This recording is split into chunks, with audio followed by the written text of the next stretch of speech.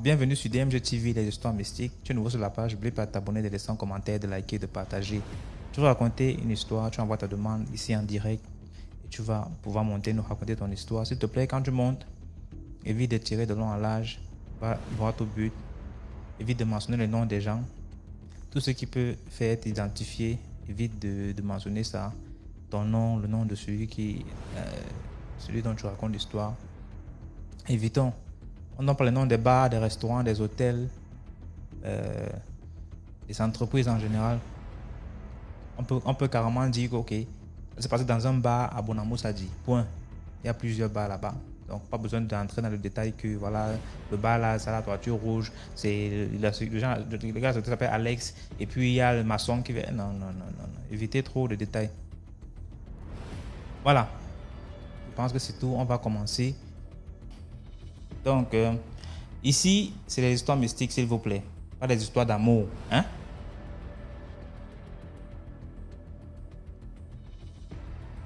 On va commencer. Bonsoir, DMG, comment allez-vous? Quand tu ris d'abord, tu sais ce que tu as fait. Comment allez-vous? Ça fait vraiment des années que je suis. Déjà 1 an, oui, que je suis votre émission là. Okay. Bon, j'ai 2 histoires. Pour mon frère et pour moi. Je ne sais même pas là où commencer.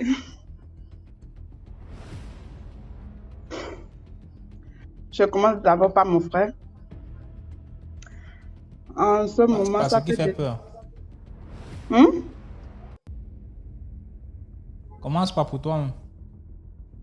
Pas pour moi-même. Ok. C'était... Ça fait déjà 5 ans.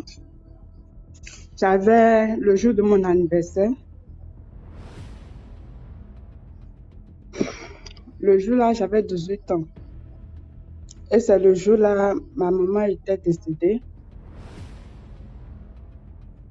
Bon, ma maman, elle a beaucoup tombé malade. Beaucoup. Elle a beaucoup souffert avant de mourir.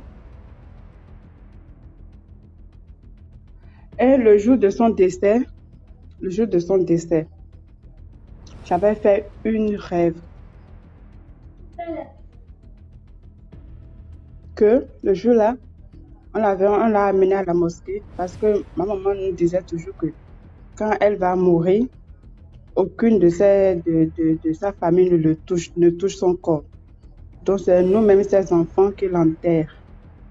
Que personne ne touche son corps à part nous seuls. Bon, on l'avait amené à la mosquée et chacun s'est retourné chez lui pour le lendemain pour qu'on puisse faire l'enterrement. Bon, le jour-là, moi, je me suis endormie, j'ai fait un cauchemar.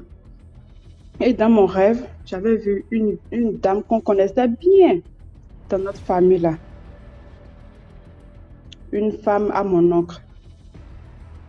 Et la femme me disait, bon, aujourd'hui, ta maman est décédée parce que j'ai tout fait pour pouvoir gâcher, je ne vais pas dire moi, pour pouvoir gâcher la vie de sa fille, pas moi. Voilà. Mais elle n'a pas pu arriver parce que quand la force de ma maman, genre, je ne sais pas, à chaque fois, et je ne sais pas comment l'expliquer, quoi. Quand je suis avec ma mère, il y a une force que elle n'arrive pas à m'atteindre, quoi. Vous comprenez un peu? Bon, elle n'arrive pas à m'atteindre, qu'elle a tout fait, mais elle n'arrive pas. Et le jour-là, et je lui ai dit que même quand ma maman est décédée, elle ne peut rien me faire. Elle a dit, malgré que ma maman est déjà décédée, moi j'ai encore la bouche et je parle.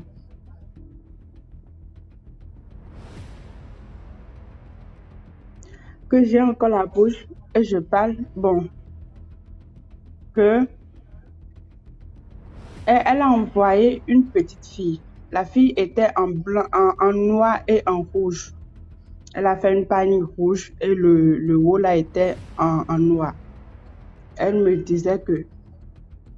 disait, c'est la petite fille là qui va finir avec moi. Je lui ai dit que non. La fille ne peut rien que moi, Dieu est avec moi. Et la fille a commencé par prononcer des incantations, quoi. La fille a commencé par dire des incantations. Et moi, j'avais mes mains devant. Et dès que les incantations, ça sortait le feu de sa bouche.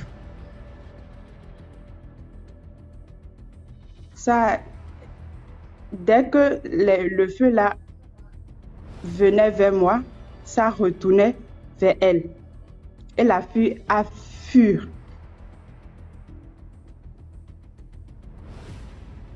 La fille a fui.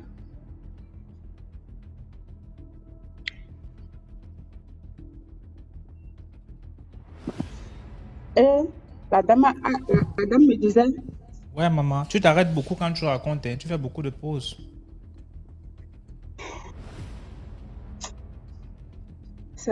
au fait, c'est parce que vraiment, j'ai la chair de poule, quoi. Ok. En racontant, mais genre, je me sens vraiment mal. Bon, ok, je vais continuer. La dame me disait, malgré que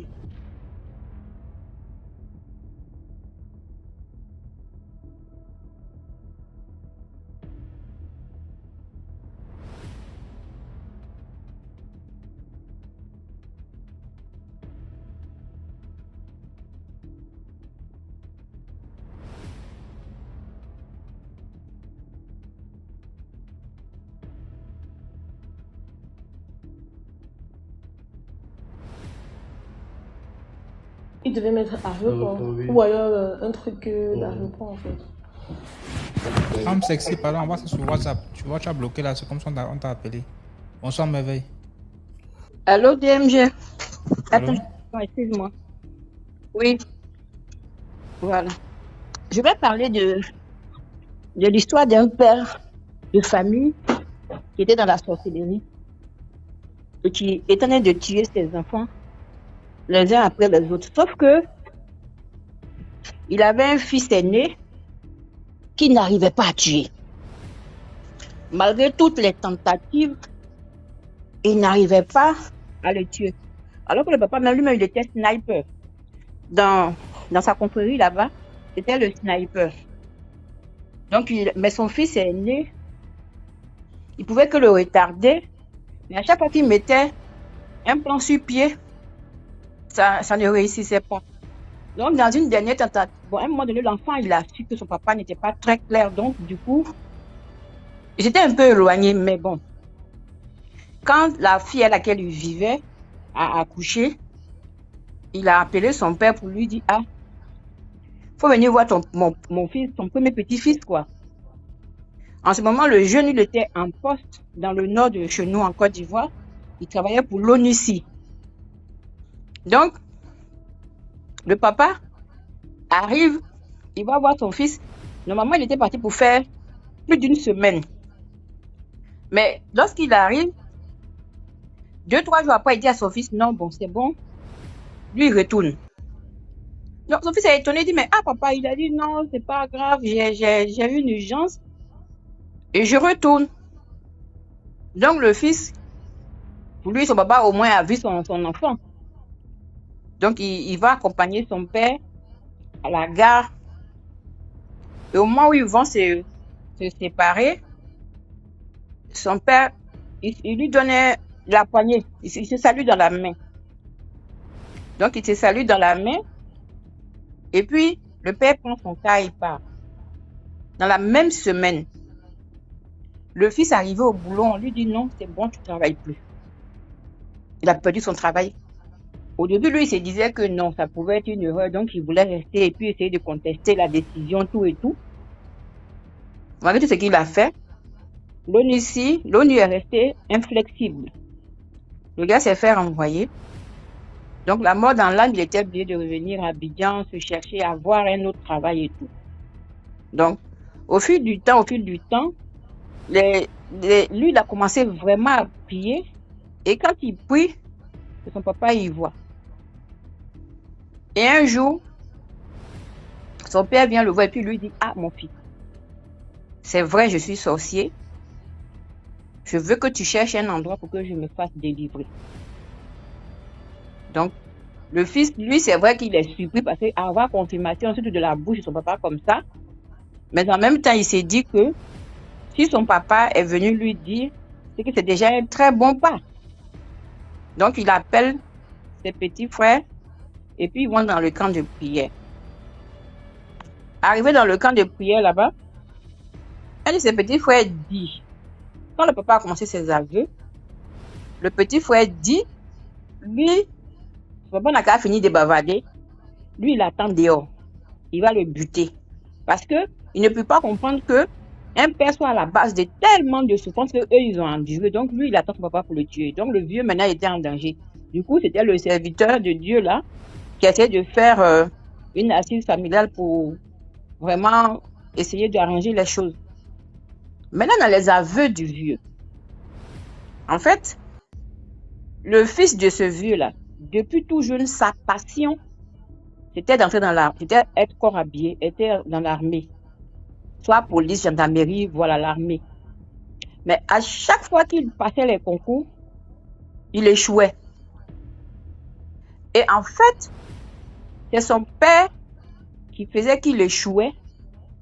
C'est là que je vais expliquer pourquoi le père faisait qu'il échouait. En fait, le père avait la créance d'un corps habillé. En général, souvent, il y a des cas, ce que les gens appellent la loi des séries.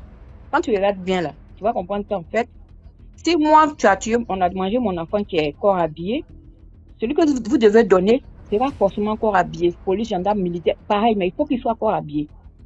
Donc le monsieur, il avait cette dette-là, il fallait donner un corps habillé, sachant que son fils là, il ne peut pas le tuer.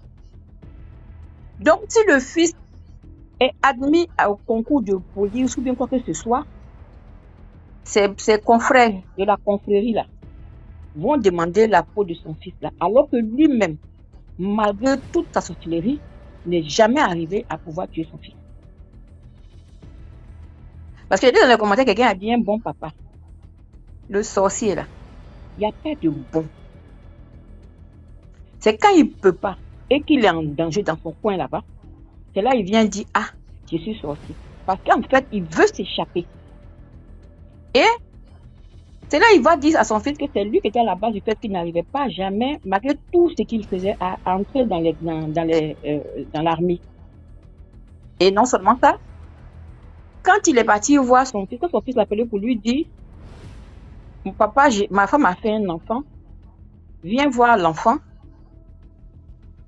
Quand le papa est arrivé chez son fils, là, la femme avec laquelle le fils a eu le bébé, en fait, est sorcière. Tu vois? Donc, quand le père, il est arrivé net, parce qu'il ne connaissait pas la fille. Donc, quand il est arrivé net, quand il a vu la femme, il a compris que, ah, c'est ma collègue. Donc, à deux, là, on va y arriver pour pouvoir exterminer ce fils. Donc, pourquoi il allait rester? Puisqu'il était venu, par exemple, pour une semaine, essayer de tenter encore, donc il a laissé. Maintenant, quand son fils est parti l'accompagner à la gare, quand il lui a tendu la main pour lui dire au revoir, il a pris son doigt et il lui a arraché son travail. C'est pourquoi la même semaine où le vieux a quitté chez son fils, le fils a été renvoyé de l'ONU. Tout à l'heure, je parlais du jusqu'au boutisme de la sorcellerie ou bien du sorcier. Le sorcier, quand il est derrière toi, tant qu'il n'est pas arrivé à la fin, il ne va pas te laisser. Tant qu'il n'est pas arrivé à ses fins, il ne va pas te laisser. C'est-à-dire que si c'est ton père, on suppose que finalement tu ne vis plus en famille. Tu es adulte, tu vis chez toi. Donc c'est le père ou la mère va faire. Ils vont initier quelqu'un de ta maison. S'ils ne parviennent pas à initier un de tes enfants, ils vont déléguer quelqu'un. Ils vont te dire, par exemple, tu as besoin d'une servante ou bien quoi que ce soit. Ils vont te ramener quelqu'un du village. Ils veulent forcément. C'est-à-dire qu'ils t'a remettre. Maintenant, comme chez eux là-bas, c'est tu as mangé pour moi, il faut donner pour toi. Si tu ne donnes pas, c'est toi-même que je vais tuer. C'est pourquoi souvent dans certains cas, d'autres viennent, ils font semblant de faire preuve de magnanimité, alors que non. C'est aussi de l'escroquerie sentimentale pour venir te dire que je suis sorcier, amène-moi la délivrance. Mais l'un dans l'autre. C'est mieux un sorcier délivré que un sorcier, même s'il est impuissant, il est sorcier. Donc j'espère que je me suis fait comprendre pour dire aux gens que il n'y a que la prière. Parce que chez les bouteurs, les petits bouteurs de chez nous, parce que ça a pris beaucoup de l'ampleur, c'est eux dans leurs aveux là que tu comprends que le marabout, quand tu vas le voir, il va négocier avec celui qui est derrière toi, c'est-à-dire ton oppresseur. Et le marabout te dit, ils font un deal avec le sorcier pour dire, bon, on va lui donner un petit temps de répit, c'est-à-dire 3 mois, 4 mois, et il va penser que ce que tu as fait est bon, et après on revient à la charge. Donc, il y a Dieu. C'est moins cher. On n'a qu'à prier, c'est tout. Donc, voilà. Merci. Je t'en prie. Bonsoir, Laurentia. Bonsoir, DMG. Ouais, je vais raconter une petite histoire qui m'avait été racontée par ma sœur. Bon, je vais l'appeler Nancy, je vais pas donner son prénom. Alors, ça se passe au Gabon, hein, à Franceville, c'est la province du Haut-Ogooué. Et alors, ma sœur m'a raconté une fois, il y avait une grande, nous avions des liens de parenté qui étaient décédés. Alors ici au Gabon DMG, les gens ont l'habitude d'enterrer les gens, faire derrière les maisons ou à la cour, d'aller dans les mausolées et tout ça. Et c'est comme ça que cette dernière, lorsqu'elle est décédée, on l'avait enterrée derrière la maison. Elle est décédée, on l'enterre, et puis un jour elle est sortie. Elle est sortie, déjà morte, hein, c'est-à-dire son esprit est allé en boîte danser. Elle danse, elle s'amuse, et puis elle a fait la connaissance d'un monsieur. Elle a fait la connaissance d'un monsieur. Le monsieur, se sont amusés. Après, le monsieur lui a déposé. Elle a juste dit au monsieur que voilà, j'habite ici. Le monsieur a dit, ok, il n'y a pas de souci. Je reviendrai te voir autour de 16h. Le monsieur est rentré chez lui. Il a fait connaissance d'une très belle jeune femme. Et puis voilà, il faut bien revenir pour faire concours, pour mieux se connaître. Et c'est comme ça que le lendemain, autour de 16h, 17h par là, une voiture est venue garer dans un carrefour. Alors, le monsieur descend, il commence à se renseigner. Il demande, c'est ici, je vais appeler la défunte, Lucie. Je vais pas donner son vrai prénom parce que c'est pas bon. Parce que j'ai pas l'autorisation des parents et tout, ni de ma soeur qui m'avait raconté l'histoire pour, voilà. J'ai pas son autorisation vu qu'elle n'est pas en province en ce moment, elle est en capitale. Alors le monsieur demande, je suis venue pour voir la jeune fille qui habite là, qui s'appelle Philly. Elle est grande, belle, un teint noir, chocolat et tout ça. Déjà, la personne avec qui s'était renseignée était un peu étonnée, tu vois. Et puis c'est comme ça que on l'emmène chez la jeune dame. Lui, il vient, il se renseigne, il dit bonsoir à la famille, aux mamans qui étaient assises. Et puis il dit, je suis venu voir telle dame, on s'est vu hier en boîte de nuit, on s'est amusé. Et puis je l'ai déposée là, elle est venue ici, elle m'a montré la maison de loin en disant, j'habite par ici. Et puis les mamans, elles étaient là attristées. Elles ont amené le monsieur derrière la maison. Elles ont montré la tombe de la jeune fille décédée, la défunte, en disant en fait Elle est décédée il y a à peine 2, 3 semaines. Ça fait pas très longtemps. Nous l'avons enterrée. Comme vous allez le constater, nous sommes encore en période de deuil et tout ça. Le monsieur a attristé. Il est rentré chez lui. Et lorsque les mamans sont restées, elles sont allées parler sur la tombe de la jeune fille décédée, la défunte, pour dire, bah, écoute, s'il y a quelqu'un qui t'a fait du mal, jusqu'à te conduire à la tombe, à la mort, il faut apparaître à cette personne, c'est-à-dire il faut faire du mal à cette personne au lieu d'apparaître chez des gens qui ne te connaissent pas. Ça fait pas bien, ça fait pas beau. Quelqu'un inconnu comme ça qui vient te demander alors que tu es décédé il y a déjà 2, 3 semaines. Et puis voilà, donc c'est pour dire que souvent lorsqu'on sort, c'est que la morale de l'histoire c'est ça, hein. Les hommes qui aiment draguer les filles la nuit en boîte de nuit, tu vois une jeune fille, tu ne sais même pas qui elle est, d'où elle vient. Et Parfois, même les femmes on qui lui draguent faut les hommes en boîte de nuit aussi, ils vivent ça. Il ne faut pas seulement laisser les hommes. des dangers. Comment ça? Là, c'était un homme qui avait dragué. Il a dragué une révélante.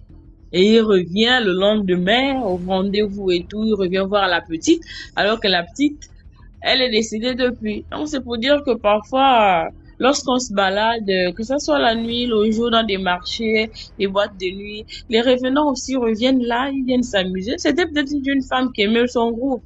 Elle a voulu refaire son groove, même étant dans la tombe, et puis elle a croisé un monsieur, et puis voilà. Donc la morale de l'histoire, c'est quoi? Bon, oui, comme tu viens de le dire, DMJ, les femmes qui aiment draguer, les hommes qui aiment draguer dans la nuit, en boîte de nuit, évitez ça, les gars. Draguer la journée, c'est bon. La nuit, là, parfois, c'est même des revenants et des revenantes et tout ça. Voilà, c'était un peu ma part de l'histoire de ce soir. Merci. Merci beaucoup pour l'histoire. Bonsoir Mira. Bonsoir. Bon, je me suis rappelé d'une toute petite histoire que moi-même j'ai vécue quand j'étais petite. Et je crois que je devais avoir dans les 10 ans. Une voisine, je vivais avec ma grand-mère. En fait, la voisine était toujours bizarre, elle vendait des glaces oseille là. Chaque soir, la voisine là, vers les 22h, ça s'est toujours face à sa porte. Et parce qu'on était aussi on était face à face. Nos maisons se regardaient. Donc chaque soir, je remarquais qu'elle s'asseyait toujours devant la porte. Elle nous regardait. Elle regardait toujours notre maison. Et à côté de notre maison, il y avait une maison inachevée. Et il y avait toujours un chat noir qui apparaissait vers les 23h. Ce chat noir, là, on ne sait pas d'où il sortait. En tout cas, tout le quartier le voyait à chaque 23h. Mais elle était toujours dehors. On a pratiquement fait, je crois, plus de 5 ans dans ce quartier. Mais il y avait toujours des bruits dans la maison. J'avais la maison inachevée. On considérait que c'était peut-être une maison hantée. Parce que chaque soir, cette maison faisait le bruit et le chat noir là dormait à l'intérieur. Et la femme était toujours dehors. Un jour, je ne sais pas si c'était ma tête qui était ouverte ou bien je ne sais pas trop. Un jour, je dormais. Ma grand-mère était sortie. J'étais restée avec mes soeurs. Quand je dors, tout d'un coup, la chambre où on était, il y avait une espèce de miroir. On regardait, quand il y a le miroir là, on voyait le salon. Un soir, on dort.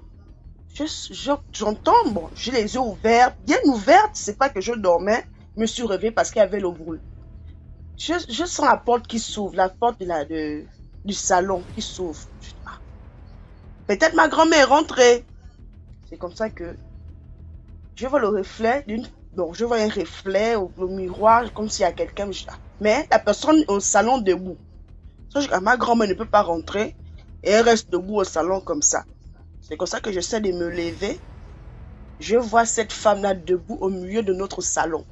À travers le miroir. J'avais 10 ans. Juste je ne fais que lui regarder. Elle fait que regarder la maison. Maintenant, elle vient maintenant au niveau de notre porte. Quand elle touche le poignet de notre chambre, puisqu'on ne ferme pas la porte à clé, elle a ouvert la chambre. Moi, j'ai vite sauté sur le lit, j'ai pris le drap, j'ai mis à la tête. Elle est rentrée dans la chambre. Quand elle rentre dans la chambre, elle part un peu partout. Elle commence à marcher dans la chambre, elle fouille. Elle vient au niveau de nos pieds. Elle est là, elle fait comme si elle nous hume, en fait. C'est comme si elle nous sentait. Je sais pas. En fait, moi, j'ai pris peur. J'arrive même pas à réveiller ma petite soeur, ma grande soeur, pour dire qu'il y a quelqu'un dans la maison. Elle est en train de fouiller. Elle fouille, elle fouille, elle fouille. Elle part à la cuisine. Quand elle part à la cuisine, je ne sais pas ce qu'elle allait faire à la cuisine. La femme ressort. Et quand elle ressort, je n'entends pas la porte s'ouvrir. Je suis bloquée dans la chambre. Ah, qu'est-ce qui se passe? Mais je n'entends plus le bruit. Maintenant, je me lève, je regarde, je ne vois plus dans la maison. Mais je suis restée tranquille. Je n'ai même plus dormi. Après quelques heures, ma grand-mère est arrivée. Quand elle est arrivée, elle m'a trouvée éveillée. Mais moi, mon petit nom, c'est madame et madame.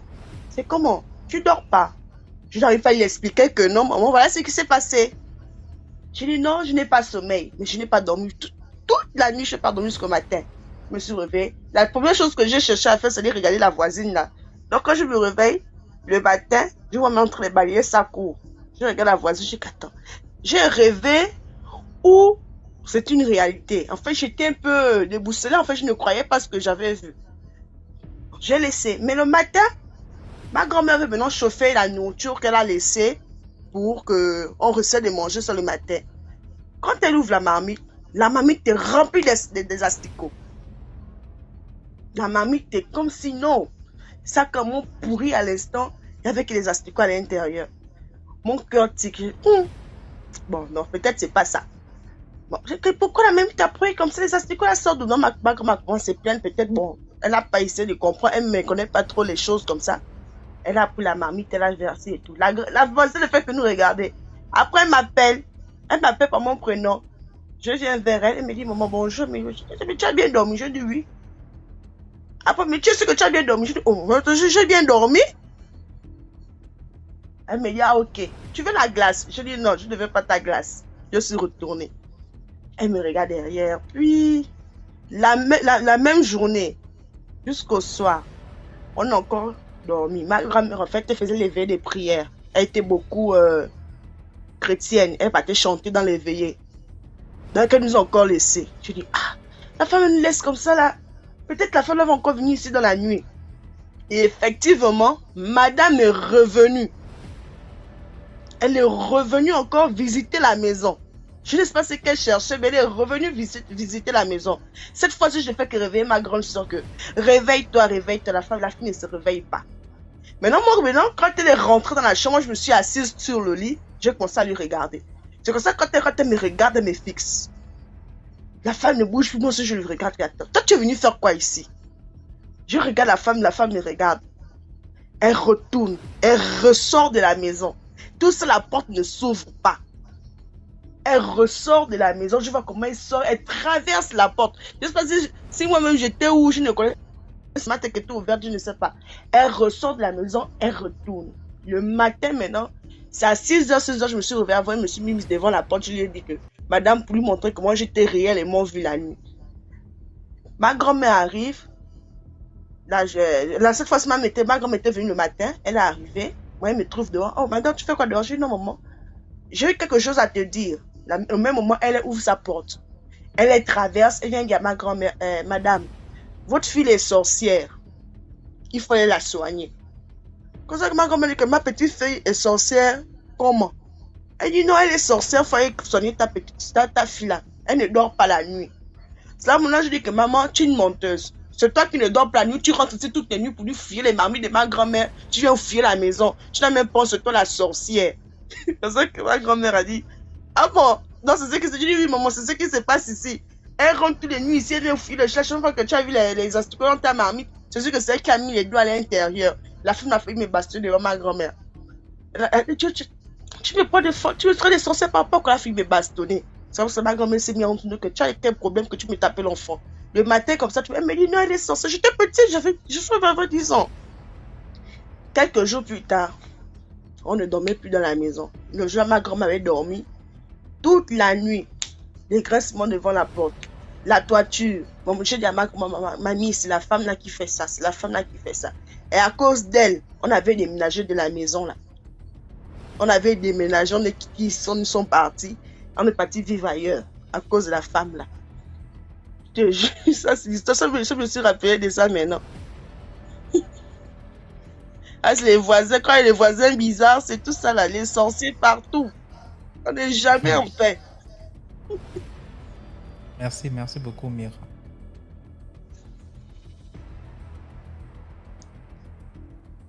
Tu me suis, Mira? Oui, oui. Ok. Mais bah, mon Dieu, c'est pas la blague, c'est pas le lait.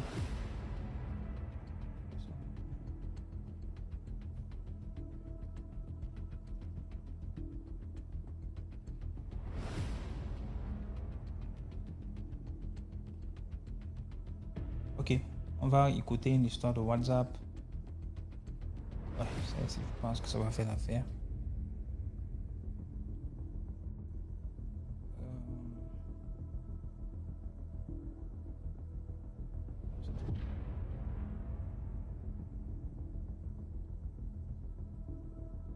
Voilà. Les femmes du dehors, c'est là vraiment avec. Essayez d'avoir pitié de vos maris, s'il vous plaît. Ça! Parfois, du reste, tu dis que dans bête, as-tu fini même célibataire, hein? Les femmes débloquent les schémas terribles ici dehors. On va écouter l'histoire ici. C'est mieux.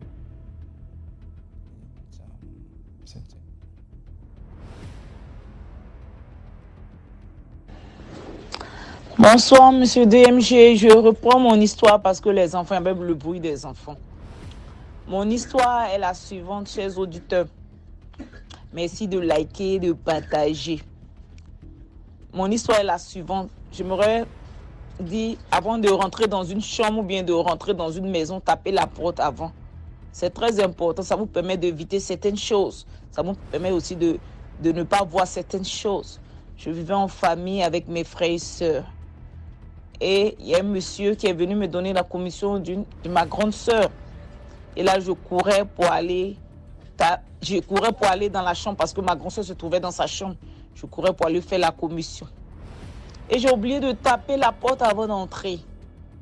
Et lorsque je rentre, j'ouvre la porte brusquement. Je vois ma grande sœur, une grosse femme, en train de laver son vagin dans la sauce de son copain, en train de laver ses règles dans la sauce. Elle est assise sur la sauce en train de laver avec un liquide son vagin pour mettre dans la sauce pour remuer. Et j'ai fermé la porte un coup et j'ai eu peur, j'ai pris peur, j'ai eu froid un coup. Elle m'a dit, sauvage, pourquoi tu ouvres la porte comme ça? T'as pas appris à taper la porte? Et j'étais étonnée parce que ces genre de choses, je n'avais jamais vu, je n'avais jamais entendu, je ne savais même pas que ça existait. Donc je m'aurais dit à certains hommes, lorsque vous êtes avec des femmes, prenez la peine de les étudier. Prenez la peine de prier pour voir quel genre de femme qui est dans votre vie. Parce que ce que j'ai vu, elle a fini, elle a remué la sauce avec la cuillère, elle a fermé. Elle allait donner à son copain pour manger. Mais qu'est-ce que moi je pouvais dire? Je ne pouvais rien dire. Mais j'étais dépassée, j'étais traumatisée. Je ne savais même pas quoi faire. Elle m'a insulté ce jour-là, elle me traitait de n'importe quoi. Mais les gens me demandaient, mais pourquoi tu insultes? Je ne pouvais même pas dire parce que ça faisait honte. J'étais dépassée. Moi-même, j'étais traumatisée. Je n'avais jamais vu ça. Donc, je me redis à tous les auditeurs ici que lorsque vous êtes avec une copine, prenez la peine de prier pour savoir quel genre de personne qui est dans votre vie. Parce que ça, moi, je trouve que c'est la sorcellerie. Mais qu'est-ce que je pouvais faire? J'avais en ce moment 10 ans. 10 ans. Je vous assure que mes frères et sœurs, le dehors est mauvais depuis très longtemps. Prenez le temps d'étudier la personne, prenez le temps de prier pour savoir quel genre de personne qui rentre dans votre vie. Parce que vous pouvez trouver le danger dehors. Malgré tout ce qu'elle a fait, le monsieur ne l'a pas marié. C'est là que j'ai vu que vraiment, Dieu, tu peux tout faire, mais si Dieu n'a pas la main dedans, ça ne marche pas. Merci. Partagez, likez. Bye. Bonsoir. Alivati. Bonsoir DMG, bonsoir la famille. Je vais raconter une histoire et je vous invite en tout cas à tapoter, à liker et à partager. C'est une histoire qui m'a été racontée par ma maman. Je crois qu'à l'époque, j'étais encore mineure. Je me souviens plus trop bien l'âge que j'avais. Alors, elle travaillait. Vous savez, les femmes qui élèvent seuls leurs enfants, là. Elle partait au travail, elle revient le soir et tout et tout. Donc, c'est comme ça qu'on vivait. Alors, un beau jour, elle est revenue vraiment très, très tard. Nous, on l'a attendue et puis dès qu'elle arrive, elle nous prend. Vous savez, on habite la maison familiale. Donc, elle nous emmène dans la chambre pour nous parler. Parce qu'elle elle a peur. Elle a peur. Elle nous dit, il faut qu'on prie. Elle nous invite à prier avec elle. Après, comme on est des enfants, on a peur. Donc, elle voulait pas nous raconter l'histoire le même soir. Mais elle a attendu le lendemain matin.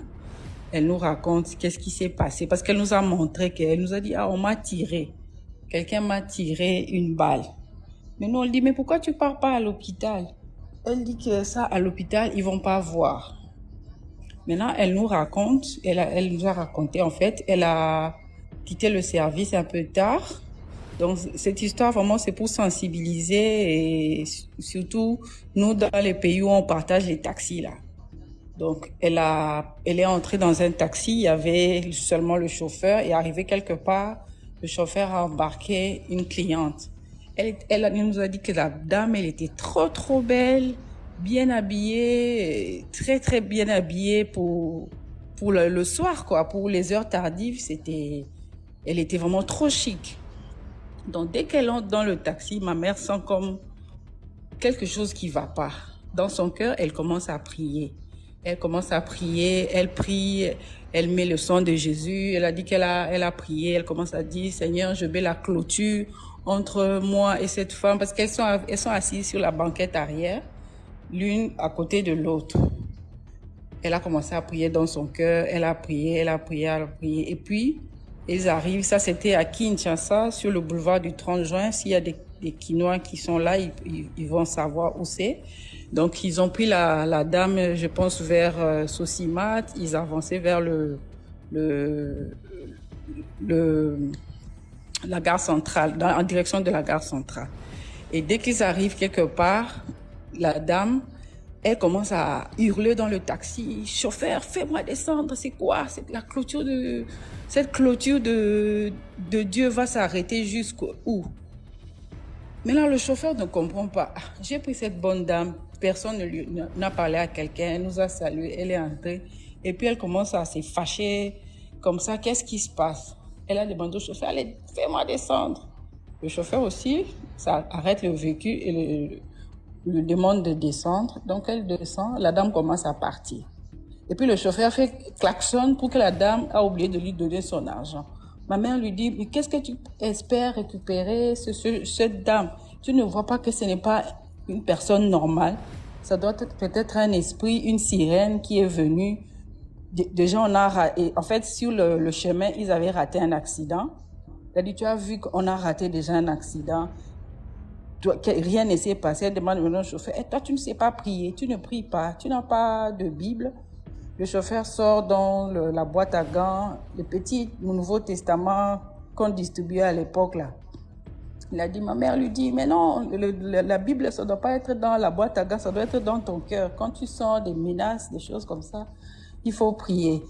Après, effectivement, en fait, ma mère, selon elle, en fait, la dame là lui avait tiré quelque chose de spirituel, je sais pas. Et puis, on avait vraiment remarqué qu'elle avait un gros hématome sur son ventre, le côté où elle donnait à la dame. Donc, elle est allée à l'hôpital, à la clinique. À l'époque, le médecin qui l'a reçu lui a demandé si c'était quel insecte. Normalement, tu aurais dû capturer cet insecte. On allait faire des études, on allait se faire beaucoup d'argent. Bon, je m'arrête là, mais c'est vraiment pour sensibiliser les gens. Quand on prend des taxis partagés, on connaît pas, même les chauffeurs, hein. Elle nous avait aussi raconté une autre histoire parce qu'elle rentrait souvent tard, elle travaillait beaucoup, elle revenait tard. Les gens des finances, ils quittent souvent le bureau tard. Donc, une autre fois, elle a pris un autre taxi et elle dit qu'elle est partie avec le chauffeur. Il n'y avait pas un autre client et quand le chauffeur est arrivé quelque part, le chauffeur fait un geste un peu comme on voyait dans les films, quelqu'un qui veut se transformer. Quand elle a vu ce chauffeur faire ce geste-là, il bouge un peu les épaules comme ça sur son volant. Ma mère a trouvé ça bizarre. Il a fait une fois comme s'il voulait se démarrer lui-même, mais ça rate. Comme elle prie toujours quand elle rentre dans le taxi. Ça a raté. Et puis le chauffeur le regarde, dit, madame, qu'est-ce que tu fais dans ma voiture? Maman lui dit, mais non, monsieur, vous m'avez pris à tel endroit pour me déposer à tel endroit. Oh, ok. Ah non, mais moi, je ne vous emmène plus, descendez de mon véhicule. Donc, la course était terminée comme ça. Donc, j'ai profité pour raconter ces deux petites histoires, vraiment pour sensibiliser la communauté. Quand on prend des taxis avec les personnes qu'on ne connaît pas, on ne sait pas les esprits qu'ils emmènent avec eux. Donc, il faut vraiment prier et se mettre dans les mains de Dieu Tout-Puissant. Donc, merci à tous. Likez, partagez. On est ensemble. Merci, merci beaucoup. Divine. Ouais. Bon, alors, je vais raconter l'histoire d'une dame. Bon, vu que j'étais étudiante et je faisais mon stage, en fait, dans un grand hôpital. Il y avait une dame, elle est venue, c'était une blanche. Elle est venue et tout, parce que sa fille était malade, elle était avec sa fille. Sa fille était toute mince. La petite était maigre. Et, enfin, elle avait rien, elle avait pas d'hématome au niveau de son corps, enfin, elle était intacte et tout, juste elle était très maigre, la petite. Ça m'a fait de la peine. En fait, elle était venue pour un électroencéphalogramme, un examen du cerveau. Donc, on fait l'examen et tout. C'est là où je commence à poser les questions à la dame. Je lui dis, mais qu'est-ce qui s'est passé et tout? Elle dit qu'elle ne sait pas du tout. En fait, c'est une dame, elle m'a dit, elle vit avec sa famille, ils vivent en Côte d'Ivoire, que ça fait 10 ans qu'ils vivent là-bas, mais qu'elle ne sait pas du tout ce qui s'est passé. Et que vu que là-bas, elle a fait tous les examens et qu'ils n'ont rien trouvé, donc vu qu'elle est toujours française, ils l'ont rapatriée dans son pays. Du coup, ils sont venus ici, ils étaient là depuis combien de temps, il m'avait dit? Depuis 3 mois, qu'ils n'arrêtent pas de faire examen sur examen, examen sur examen, mais les médecins, même en France, ils ne trouvent rien du tout. Et même l'examen que l'électroencéphalogramme qu'on lui avait fait, il n'y avait rien du tout, c'était propre. Mais la petite, apparemment, elle disait que la petite ne mange plus. Que du jour au lendemain, comme ça, la petite, elle a arrêté de manger. Elle a commencé à maigrir. Ils font tout l'examen, il n'y a rien. Donc, vu qu'ici, là, dans les hôpitaux, on peut regarder les dossiers des patients. Donc, nous, on a donc regardé le dossier de la petite, tous les examens qu'elle a fait et tout. Les examens sont propres. La petite est en très bonne santé, mais elle n'arrive pas à manger.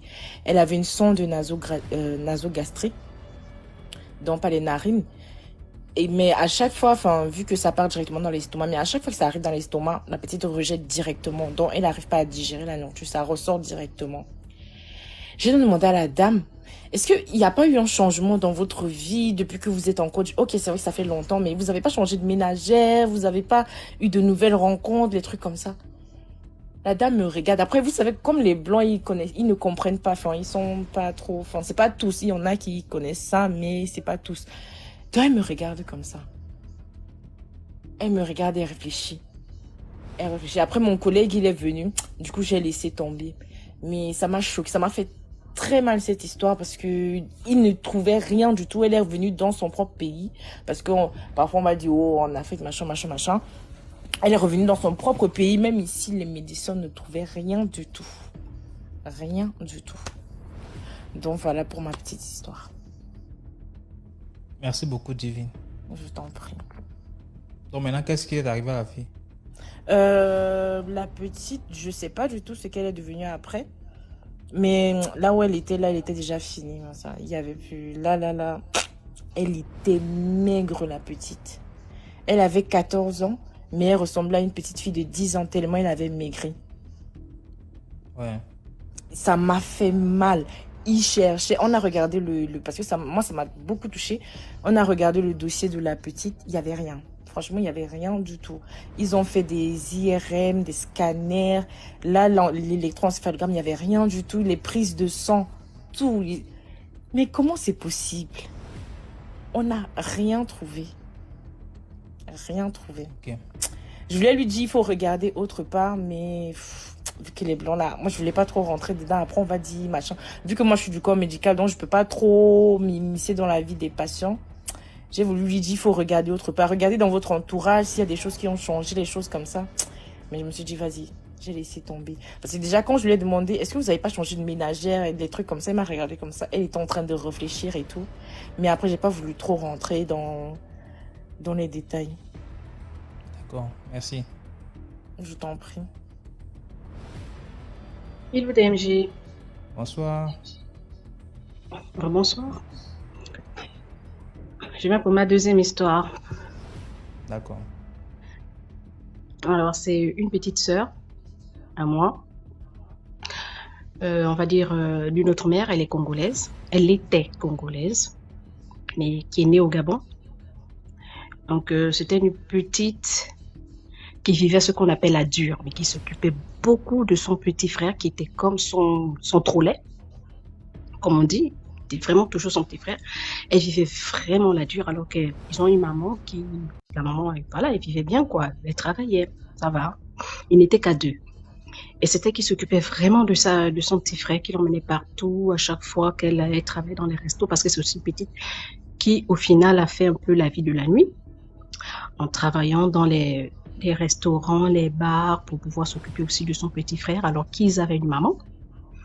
Et donc, du coup, la petite, dans son mouvement de la night, à chaque fois qu'elle avait un petit bise, quelqu'un qui lui donnait un peu de sous, qu'elle s'en sortait, à chaque fois la maman lui disait, ouais, mais tu n'oublies pas, hein, j'ai besoin de que tu me fasses la peinture ceci, là-bas cela, et elle faisait, malgré avec le peu de moyens qu'elle avait, elle aidait la maman, elle adorait sa maman et tout le reste. Et un jour, Dieu lui a fait grâce. Alors elle n'avait même pas 30 ans quand ça s'est passé, elle était dans 25-27. Voilà, entre 25-27. Et donc, du coup, Dieu lui a fait grâce. Elle est tombée sur un Allemand, jeune comme elle. Bon, lui devait avoir peut-être 30 ans, 29 ans, 30 ans.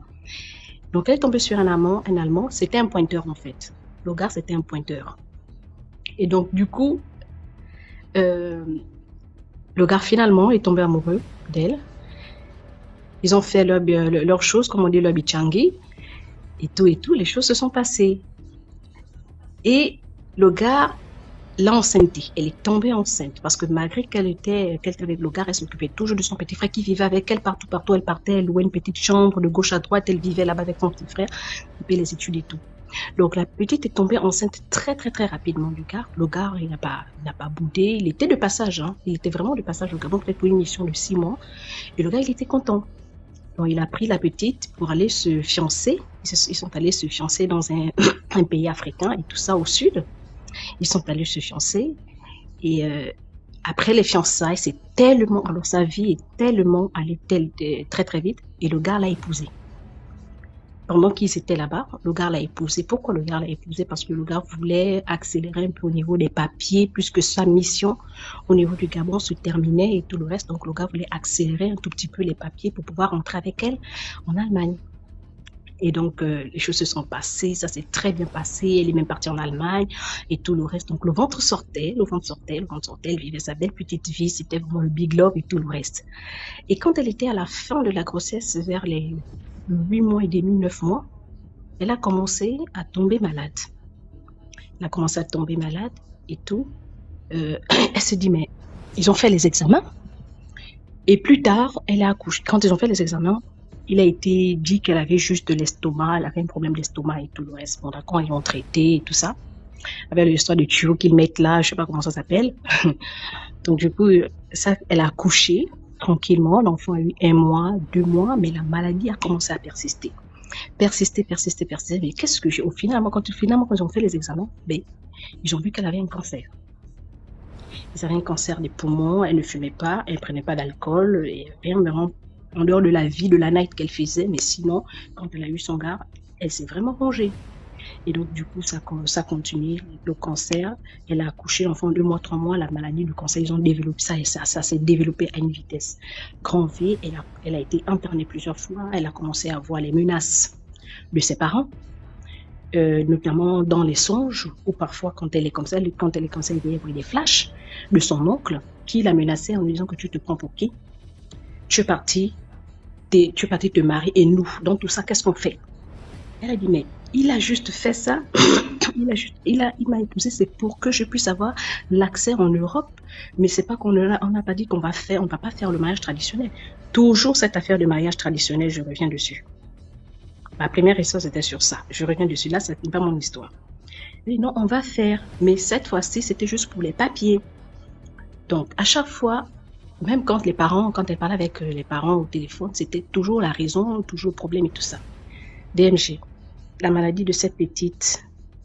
L'enfant a pris 4 6 mois, l'enfant a pris 6 mois que la mère est en train de pourrir vivante. La mère est en train de pourrir vivante. DMG. Une histoire, c'est quand même incroyable. C'est juste pas possible en fait. Elle était déjà internée. Mais on était très loin de s'imaginer ce qui se passait. Au final, c'est la maman qui dit oui, tu te prends pour qui? Voilà, nanana, moi je te dis j'ai besoin d'argent et tout le reste. Elle dit mais maman, je suis hospitalisée. Je sais que je ne travaille pas ici. C'est le petit là qui est en train de faire les choses, j'en ai rien à foutre. Machin, des trucs comme ça. Je dis c'est pas possible. Bon, l'affaire, ça s'est calmé, elle était toujours. À un moment donné, elle sortait de l'hôpital, elle rentrait. Quand elle rentrait comme ça, c'était la catastrophe. La petite pourrissait sur le lit. C'était juste incroyable. Et elle avait un bébé, en fait. Elle avait un bébé. Et l'enfant, je vous jure que si vous voyez l'enfant là, c'est 2 gouttes d'eau à la mère. Photocopie conforme. Donc, les médecins ont vu que elle était très très mal en point parce qu'ils ont donné le pronostic vital et tout. Ils ont dit à la maman, écoutez, il faut que vous veniez parce que il y a des enfants, hein, ils savent, hein, il y a des gens parmi nous, ils savent que le père ou la mère est dans le spirit. Mais tellement ils ont l'amour pour ses parents ça les voile en fait. Les gars ignorent même que le boss ou la vieille est dans le spirit et ils essaient de les éviter. Rien. C'est sa maman. Elle était tellement maman. Quand elle pleurait, maman, j'ai mal. Maman, je t'en prie, parle à ton frère. Parce qu'il venait la menacer comme ça, la cache. Donc, par rapport à l'histoire que moi j'ai racontée, moi je m'étais mariée peut-être 3 ans avant. Quand j'ai parlé avec elle au téléphone, depuis l'Europe, je parlais avec elle, elle m'a supplié à moi de lui envoyer ma liste. De la liste qu'on donne à la dot, là, pour acheter le matériel. Elle m'a demandé de lui envoyer sa liste. Je lui ai dit, mais maman, moi, je ne peux pas t'envoyer ma liste, en fait. Toi et moi, nous ne sommes pas de la même culture. C'est vrai que tu es né... Bon, la maman est gabonaise, le papa qui est congolais. Mais elle a grandi ici. Et je lui ai dit, mais je ne peux pas t'envoyer ma liste. Toi, tu es fan. Hein? Elle était fan pour nous. Je dis que tu es fan pour nous. Moi, je suis d'une autre ethnie. C'est vrai que parfois ça peut se ressembler, mais du côté des femmes, c'est pas toujours pareil. Je peux pas t'envoyer, ce sont tes parents qui doivent t'envoyer la liste. Elle dit la grande pardon. Et même quand elle parlait, même la voix, sincèrement, c'était pas... Sincèrement, la voix était affaiblie. Tu n'entendais presque rien. Il fallait mettre limite ton téléphone dans le tympan, quoi, pour écouter ce qu'elle disait. Donc la grande, c'est pas grave. Envoie ce que tu peux envoyer. On va envoyer l'argent. Ils vont acheter la marchandise. Ils vont faire le mariage traditionnel à distance et ainsi de suite à distance. Et ils vont me libérer. Je n'en peux plus. Il faut pas que je lâche. J'ai un enfant. Mon bébé est là. Mais vous savez, les enfants, c'est sa maman. Comme on dit chez nous en langue, l'enfant, même si le sein de la mère a la gale, l'enfant va toujours téter. Vous voyez? Donc, du coup, j'ai envoyé la liste. Son mari envoyer de l'argent et tout. 2 jours après, pendant qu'elle touche dans l'hôpital, elle est secouée. C'est l'oncle qui revient en train de dire, tu penses que quoi? C'est déjà trop tard, le train est lancé, il est lancé. Qu'on peut dire que même ce que tu as envoyé, on s'en fout, quoi. Et dans le rêve, elle est en train d'entendre la maman rire, mais elle ne voit pas, en fait, elle entend une dame rire et elle reconnaît la voix là, c'est la voix de sa maman. Mais sauf qu'elle ne voit pas la maman. Elle voit pas la maman. Et tout. C'était catastrophique. Et là, bon, moi, ma petite sœur, elle a dit, bon, je vais aller la voir. Puisque ma petite sœur était en Europe, ma petite sœur a pris l'avion, elle est allée la voir là-bas. Et là, j'avais parlé avec elle maintenant en mode vidéo. Je vous jure que c'était insoutenable à cause du mariage traditionnel. Parce que chez nous, on dit, le mariage traditionnel est le mariage qui réunit toutes les familles, c'est le mariage des ancêtres. En général, au Gabon, quand tu fais le mariage, si tu dois te marier, tu dois commencer d'abord par le mariage traditionnel. Je connais beaucoup de personnes qui ont commencé par l'état civil et qui ont eu des répercussions parce qu'elles n'ont pas commencé par le traditionnel. Vous voyez? Donc du coup, c'était l'erreur de cette petite. Et là, c'était juste pour les papiers. Hein. C'était juste pour les papiers, c'est tout. Et après l'accouchement, elle devait venir se marier à la coutume. Mais non, ils n'ont pas voulu ça. La petite a commencé à sécher, mais elle avait quand même la possibilité d'écrire. Elle pleurait toujours sa maman, viens, maman, nanana. Et donc, du coup, les médecins ont dit, bon, avec le pronostic, la manière qu'on est en train de voir les choses là, la maladie est partie en un 3 temps de mouvement. Elle est partie comme dans la blague en même pas 4 mois de maladie. Stade final, oh, on a découvert, stade, oh non, ça va, ça commence, et tout, bon, on peut juste traiter avec les comprimés, après, boum, stade final. Comment ça se fait? Donc, c'est comme ça que les médecins ont dit, bon, il faut que la maman vienne. Comme ça, elle va essayer de dire, peut-être que la chaleur de maman, à côté de l'enfant, ça va peut-être bousculer quelque chose, et ainsi de suite. DMG, quand on dit il faut avoir, quand tu n'as pas une maman qui prie pour toi, ou un papa qui prie pour toi, c'est très grave. Les parents sont une grosse barrière dans ce genre de choses. Vraiment, les gens qui n'ont plus leur maman ou qui n'ont plus leur papa ont quand même des petites portes ouvertes, si eux-mêmes ne prient pas. Ils ont demandé à ce qu'on fasse monter la maman. La maman, ils ont fait les papiers. Le médecin lui-même a fait une lettre. Le corps médical a fait une lettre pour qu'on donne le visa à la maman aussi facilement au niveau du Gabon. Ils ont donné le visa à la maman. La maman a réussi à partir. Billet tout payé. Quand elle va en Europe, la première chose que cette femme demande, après avoir vu l'enfant, quand elle sort le pays, la première chose qu'elle demande, elle demande la carte bleue du beau-fils pour aller faire les courses. Ouais, mais moi, je dois faire les courses, hein, machin, tout. Je dois aller faire les courses. Ah oui, c'est vrai, elle avait 2 enfants, elle avait 2 autres petits-enfants. Mais de toute façon, elle a peut-être fait 2 semaines. Elle a embêté le beau-fils, les médecins et même l'enfant qui était content de voir la maman. C'était pas son problème. Elle a dit, de toutes les façons, t'es pas ma seule fille, hein. Bon, c'était pas ma seule fille, j'ai d'autres petits que je dois les garder. Mais maman, je suis malade. Maman, je suis malade. La maman, c'était pas son problème. C'est le médecin lui-même qui revient à la charge en disant, il faut que cette dame retourne. Apparemment, nous avons très mal fait de la faire venir ici. Il faut qu'elle retourne. Avec l'accord de tout le monde, ils ont renvoyé cette dame au Gabon. L'enfant est décédé juste après, la petite. Avant de décéder, elle a écrit une lettre. À l'intérieur, elle disait qu'elle savait que sa maman avait quelque chose à y avoir avec son problème. Mais l'amour qu'elle a pour sa maman l'a empêchée de voir tout le problème qu'il y avait autour, avec les oncles et tout le reste.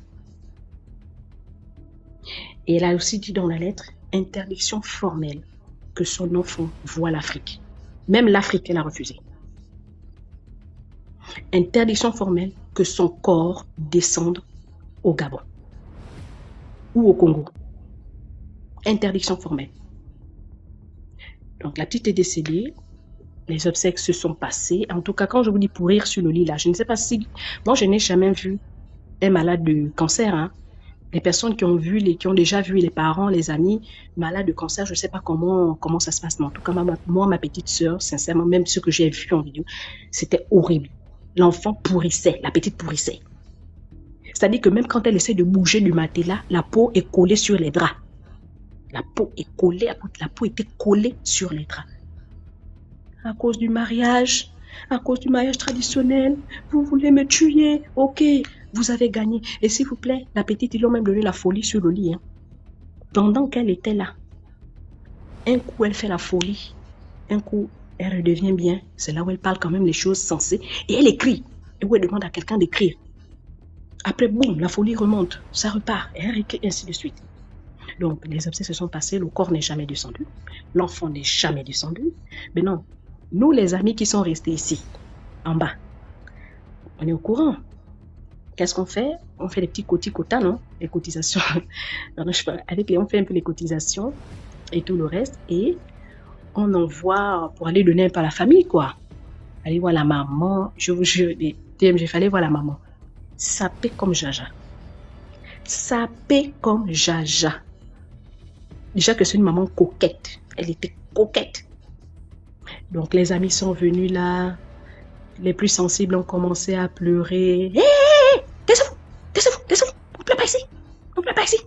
Et l'angle ici. On ne pleure pas ici. Donc, on a présenté les cadeaux, les paquets de sucre, des choses comme ça, le lait. Mon cher, de toute façon, elle a balancé les laits, le lait. De toute façon, elle nous a balancé tout ça là. Foutez-moi le camp, là, foutez-moi le camp. On est resté que, oh, Jesus is Lord. À cause du mariage traditionnel, Quand j'ai parlé là du mariage traditionnel, que moi, mon père ne voulait absolument pas que ses filles fassent le mariage traditionnel. Parce qu'il connaissait sa famille. Chacun de nous connaît sa famille. Chacun de nous sait d'où il vient. Moi, je viens du sud. On se connaît. Toutes les personnes qui sont ici, là, je sais que toutes les ethnies, est champion dans la sorcellerie, toutes les ethnies sont champions dans la sorcellerie, machin, tout. Mais il y a des particularités au Gabon. Il y a des particularités. Et cette fille-là, c'est comme ça qu'elle est partie. Bêtement. À cause de ça. Parce qu'elle a commencé par l'état civil et terminé par le coutumier. Donc ça aussi, c'est une leçon que beaucoup de gens devraient tirer par rapport au mariage au Gabon. Ne pas toujours tenir tête aux parents. Bon, elle n'a pas tenu tête. Moi, je parle par rapport à mon cas. Mais bon, moi, je n'ai pas tenu tête si tant que ça. J'ai juste voulu honorer les choses. Je n'ai pas voulu les déranger. J'ai dit, je peux, puis c'est bon. Mais c'est quelque chose vraiment qu'il faut faire très attention. Quand vous vous apprêtez à vous marier, je parle de ça parce que nous sommes en période des mariages au Gabon. Quand vous savez que vous vous apprêtez à vous marier, taisez-vous. De toutes les façons, DMG, que tu parles, que tu sois poli, que tu sois posé, que tu ne répondes pas, que tu ne fais rien. Si on veut t'emmerder, on va t'emmerder. S'ils veulent t'emmerder, ils vont t'emmerder sérieusement. Donc voilà, c'est un peu la petite histoire que je voulais raconter par rapport à ma petite sœur. Et puis voilà quoi. D'accord. Non, merci beaucoup. J'espère que c'est une leçon que tout le monde va essayer de mettre, qui met un peu la puce à l'oreille à tout le monde parce que ouais, ça devient vraiment gravissime. Dans le mariage, quand on entend parler du mariage, tout le monde court. Chacun veut bouffer là où il peut. Chacun veut bouffer là où il peut. Donc voilà quoi. Merci. Donc son petit frère, on n'a aucune nouvelle. On n'a plus aucune nouvelle de son petit frère, mais je sais qu'il a été hyper touché, hyper attristé. Celle qui faisait tout pour lui, bien voilà, s'en est allée. Voilà. Ok. Merci. Je t'en prie. Merci beaucoup à vous. Le mariage.